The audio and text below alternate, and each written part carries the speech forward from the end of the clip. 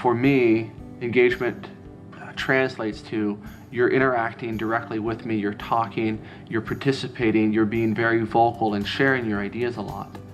So recognizing that there's multiple forms of participation, there's multiple ways to contribute, and learning and getting to know students as to what their strong points are, I think is critical in drawing out those strengths so that everybody finds a way that they can contribute in a way that's meaningful. With the online classes, what we've been able to do is use that idea of engage and then have students, require students to present a video of themselves where they discuss a topic and then respond to other students. Every single student is able to engage with the students, with the teacher, in a way that they typically aren't always able to in a classroom. I found with certain of my students, the discussion is the thing that really sort of gets them and enhances the learning. And so we'll have class periods, let's say we teach 3 times a week. One of those class periods will be dedicated almost solely to sitting around in a circle, discussing what we've learned, looking at different applications that people have had in their lives, and really trying to engage each other that way. Sometimes we do that in small groups,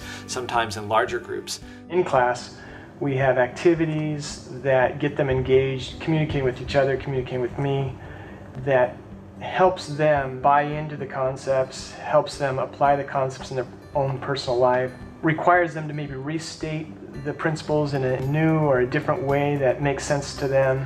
So it's very important for them to begin to switch from being a student in their mind to being a teacher. One of the biggest things we do is have students teach back the principles that they've learned, either after they've watched a video of a teacher or after they've read some materials. One of the things I've done in my vocabulary class is an activity called Word Detective. So that each student gets assigned a word and they have to go research the word and they have to come back and tell the class something they learned about the word. The thing that I've found most helpful lately is I give them little case studies and they have to work in teams of 2 or 3 and they work the problem out on the board.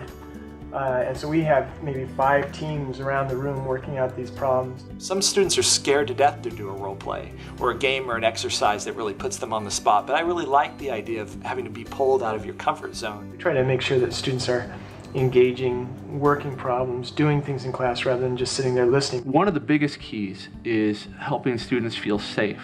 Students need to feel like they're comfortable among friends. That means I need to know their name at a minimum, and preferably they need to know each other's names and have had opportunity to interact with each other. Now I feel like every student in class is in class and feels like I'm there and I may get called on, and they're comfortable with that. But if we feel like we're all among friends and we can make mistakes together, then I think discussion participation goes up.